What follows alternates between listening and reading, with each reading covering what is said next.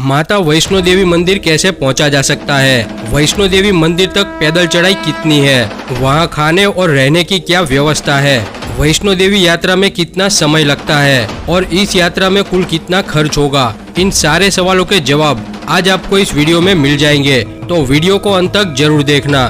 फिलहाल अमरनाथ यात्रा में भारी भीड़ देखने को मिल रही है और जो लोग वहां जाकर अपना रजिस्ट्रेशन करवा रहे हैं उन्हें 2-3 दिन का समय लग रहा है। तो अगर आप वहीं जाकर रजिस्ट्रेशन करवाने वाले हो तो अपने यात्रा प्लान में 3-4 दिन ज्यादा ही लेकर चले, और अगर आपके पास एक दिन ज्यादा बच जाता है तो आपको माता वैष्णो देवी के दर्शन के लिए जरूर जाना चाहिए, ताकि आपको एक ही यात्रा में भगवान शिव और माता पार्वती के 2 पवित्र धामों के दर्शन हो जाएंगे। माता वैष्णो देवी मंदिर जम्मू के कटरा में स्थित है। यह पवित्र धाम कटरा से 12 किलोमीटर दूर त्रिकुटा की पहाड़ी पर 5200 फीट की ऊंचाई पर मौजूद है, जहां पर हर साल लाखों तीर्थयात्री दर्शन करने आते हैं। और माता वैष्णो देवी का मंदिर भारत के कुछ सबसे मुख्य और सर्वाधिक देखे जाने वाले तीर्थ स्थलों में से एक है। माता वैष्णो देवी मंदिर जाने के लिए आपको जम्मू आना होगा। जम्मू से कटरा की दूरी लगभग 48 किलोमीटर के आसपास है और जम्मू तावी से कटरा वैष्णो देवी धाम तक पहुंचने के लिए आपको सरकारी और प्राइवेट बस,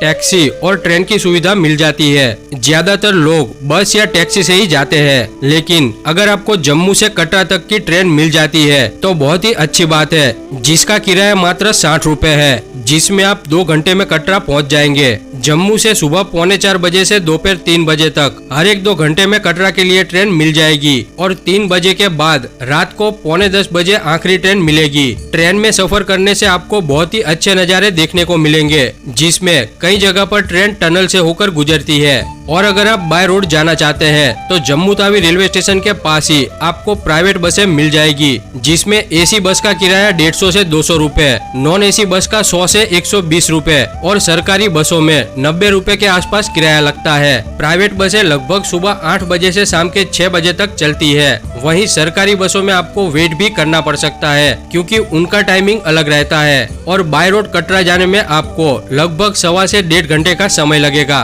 खास बात आपको बता दे कि अगर आप प्राइवेट बस में जाते हैं तो वे आपको वैष्णो देवी यात्रा एंट्री पॉइंट से लगभग 2 किलोमीटर दूर उनके स्टॉप पर उतारेंगे, और अगर आप सरकारी बस में जाते हैं तो वे आपको कटरा बस स्टॉप पे ही उतारेंगे, जहां से वैष्णो देवी यात्रा एंट्री पॉइंट लगभग 400 से 500 मीटर ही दूर है। तो इस बात का जरूर ध्यान रखें। और दूसरी खास बात कि जब आप जम्मू से कटरा बाय रोड जाते हैं तो आपको भारत के सबसे लंबे हाईवे यानी NH-44 पर सफर करने का मौका भी मिल जाएगा, क्योंकि जिस रोड पर आप सफर करोगे वो हाईवे श्रीनगर से कन्याकुमारी तक लंबा है, जिसकी दूरी लगभग 4000 किलोमीटर के आसपास है और इसीलिए ये भारत का सबसे लंबा हाईवे है। अब जब आप कटरा पहुंच जाते हो तो आपको बस स्टैंड और रेलवे स्टेशन के पास ही यात्रा रजिस्ट्रेशन काउंटर मिल जाएगा, जहां आपको वैष्णो देवी यात्रा के लिए रजिस्ट्रेशन करवाना होगा, जो कि कंपलसरी है, जिसके लिए आपको एक ID प्रूफ दिखाना होगा, यानी आधार कार्ड, पैन कार्ड या फिर ड्राइविंग लाइसेंस। अब अगर आप रेलवे स्टेशन से जा रहे हैं तो वहां से भी वैष्णो देवी यात्रा एंट्री पॉइंट 2 किलोमीटर की दूरी पर है, तो वहां से आप ऑटो से जा सकते हैं, जिसका किराया लगभग प्रति व्यक्ति 30 से 50 रुपए होता है।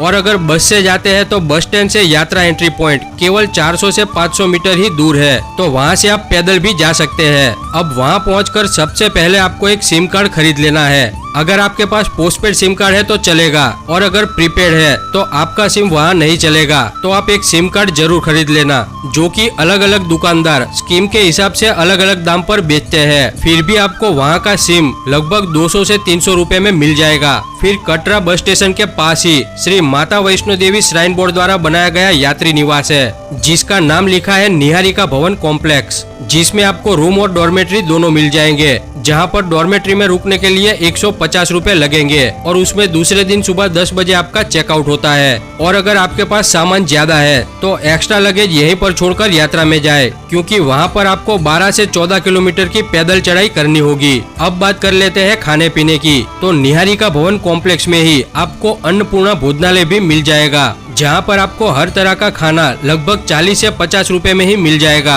आपको बता दें कि मार्केट के कंपैरिजन में यहाँ का खाना काफी सस्ता और स्वादिष्ट होता है। अब यात्रा की शुरुआत करने से पहले एक लाठी जरूर खरीद लेना, जो कि आपको चढ़ाई में काफी काम आएगी, जो कि 20 रुपए में ही आपको मिल जाएगी। तो यात्रा की शुरुआत के लिए सबसे पहले आपको पहुंचना होगा बाणगंगा, और यात्री निवास से बाणगंगा की दूरी लगभग 1 किलोमीटर की है, जहां आप पैदल भी जा सकते हैं और ऑटो भी मिल जाएगा। और बाणगंगा से ही मां वैष्णो देवी की पैदल यात्रा शुरू होती है, और यहीं पर एंट्री गेट पे आपका रजिस्ट्रेशन कार्ड भी चेक किया जाएगा। और बाणगंगा से आगे आप मोबाइल के अलावा किसी भी प्रकार का इलेक्ट्रॉनिक गैजेट नहीं ले जा सकते, यानी ट्राइपॉड, माइक, ड्रोन वगैरह नहीं ले जा सकते। बाणगंगा की एक खास बात यह है कि जब बाबा भैरव ने माताजी का पीछा किया था, तब माता वैष्णो देवी यहीं पर रुकी थी और अपने बाल धोए थे, जिसके लिए माता वैष्णो देवी ने यहाँ पर बाण मारकर पानी की धारा निकाली थी। इसीलिए इस जगह का नाम बाणगंगा पड़ा है, जो कि नदी की तरह बहती एक धारा है। अब यहाँ से आगे आपको 2 रास्ते मिलेंगे,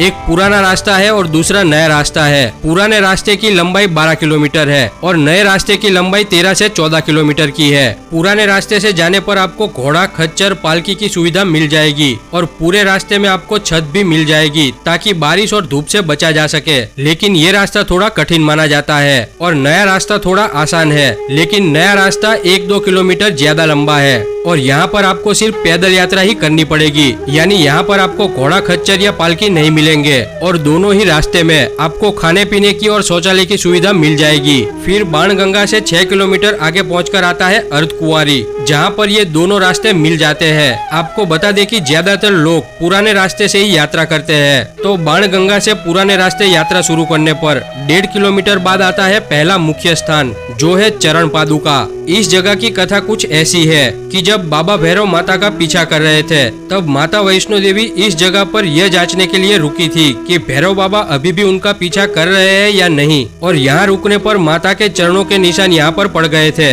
इसीलिए इस जगह का नाम चरण पादुका पड़ा है। यहाँ पर एक मंदिर बना है, जहाँ पर आप माता के चरणों के निशान देख सकते हैं। और यहाँ से आगे 4.5 से 5 किलोमीटर के बाद आता है अर्धकुंवारी। तो कथा के अनुसार अर्धकुंवारी की एक गुफा में माता ने 9 महीने तक तपस्या की थी, और इस गुफा में दर्शन के लिए आपको टिकट के लिए लाइन में लगना पड़ेगा। और यहाँ पर दर्शन के लिए श्रद्धालुओं की काफी लंबी लाइन लगी रहती है। यहाँ पर दर्शन के लिए एक साथ लगभग 300 लोगों के ग्रुप को जाने दिया जाता है। तो आपको मिलने वाली पर्ची में आपके ग्रुप का नंबर कितने बजे आएगा वो टाइम लिखा रहता है। और यहाँ पर कम से कम 12 से 24 घंटे की वेटिंग तो करनी ही पड़ती है, क्योंकि यहाँ पर गुफा बहुत ही संकड़ी है, तो एक एक करके ही लोग अंदर जा पाते हैं। इसीलिए यहाँ पर एक बार में 300 लोगों के ग्रुप को भेजा जाता है। उनके वापस आने के बाद दूसरे ग्रुप को भेजा जाता है। और नवरात्रों में तो यहाँ पर लगभग 3 से 4 दिनों की भी वेटिंग हो जाती है। तो यहाँ पर आप एक काम कर सकते हैं कि आप अपना टिकट यहाँ से बनवा ले, और फिर वैष्णो देवी और बाबा भैरवनाथ के दर्शन के लिए आगे निकल जाए, क्योंकि वहाँ पर आपका ज्यादातर वेटिंग समय बीत जाएगा।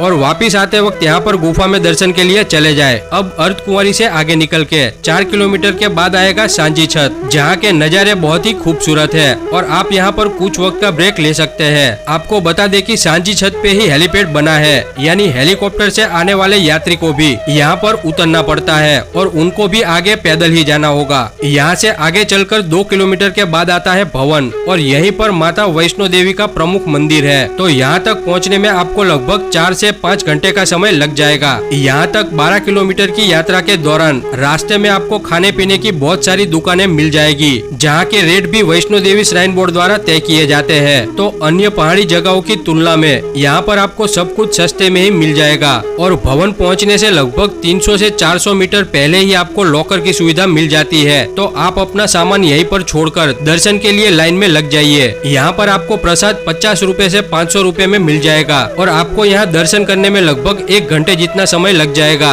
वहीं पर नवरात्रों में शायद 2 से 3 घंटे का भी समय लग जाता है। तो यहाँ दर्शन करने के बाद आप बाबा भैरव के दर्शन करने के लिए आगे निकल जाए। भवन से भैरव बाबा मंदिर की चढ़ाई में लगभग 1 घंटे का समय लगेगा। और आपको बता दे कि बाणगंगा से भवन तक की चढ़ाई थोड़ी आसान है, लेकिन भवन से भैरव बाबा मंदिर की चढ़ाई काफी मुश्किल मानी जाती है। और कहा जाता है कि भैरव बाबा के दर्शन के बिना माता वैष्णो देवी के दर्शन को अधूरा माना जाता है। भैरव बाबा के मंदिर तक जाने के लिए आपको रोपवे भी मिल जाएगा, जिसका किराया भवन से भैरव बाबा तक लगभग 100 रुपए है। लेकिन इसमें भी आपको लंबी लाइन में खड़ा होना पड़ेगा। रोपवे की टाइमिंग सुबह 8 से शाम के 6 बजे तक ही होती है, यानी शाम के 6 बजे के बाद आपको पैदल ही जाना पड़ेगा। अब बात करते हैं कि इस यात्रा में कुल कितना खर्च होगा और कितना समय लगेगा। तो समय की बात करें तो अगर आप सुबह 10 बजे यात्रा शुरू करते हैं तो आप दोपहर के 2 या 3 बजे तक भवन तक पहुंच जाएंगे और वहां पर माता के दर्शन के बाद शाम के 6 बजे तक बाबा भैरव के भी दर्शन हो जाएंगे। अब यहाँ तक की चढ़ाई करने में आपको 4 से 5 घंटे का समय लगा था, तो वहीं नीचे उतरने में लगभग 3 घंटे का ही समय लगेगा।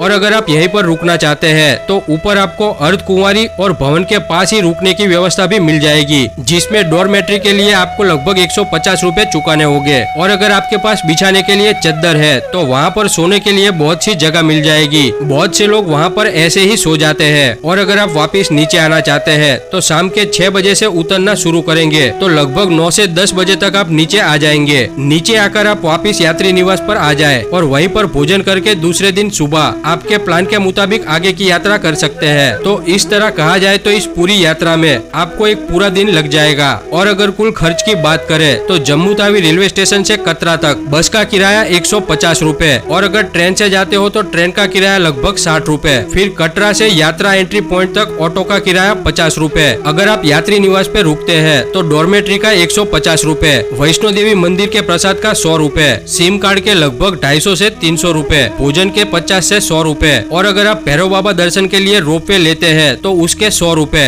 यात्री निवास में रात्रि के भोजन के 50 से 100 रूपए, फिर यात्रा एंट्री पॉइंट से रेलवे स्टेशन का ऑटो का किराया 50 रूपए और दूसरे दिन वापस जम्मू तावी पहुंचने का 150 रूपए। और इसके अलावा अगर 200 रूपए एक्स्ट्रा लगा लेते हैं तो बस से जाने पर कुल खर्चा 1200 से 1300 रूपए हो जाएगा और ट्रेन से जाने पर 1000 से 1100 रूपए होगा। बाकी आप पिट्ठू पालकी या अन्य सेवाएं लेते हैं तो उसका अलग होगा। मैंने जो खर्च बताया है वो जम्मू तावी से जम्मू तावी और एक नाइट यात्री निवास का मिलाकर बताया है। और आखिर में आपको बता दे कि अप्रैल से सितंबर तक जाने पर आपको ज्यादा गर्म कपड़ों की जरूरत नहीं पड़ेगी, लेकिन इसी समय में जून के बाद रेनकोट या छाता जरूर लेकर जाए। और सितंबर के बाद यहाँ पर बर्फ गिरने की वजह से ज्यादा ठंड रहती है, तो उस वक्त आप गर्म कपड़े और रेनकोट जरूर साथ लेकर जाए। तो अगर आपको ये जानकारी अच्छी लगी हो तो वीडियो को लाइक करें, शेयर करें और चैनल को सब्सक्राइब करके बेल आइकॉन जरूर दबाएं। तो मिलते हैं अगली वीडियो में। जय हो माता वैष्णो देवी की। हर हर महादेव।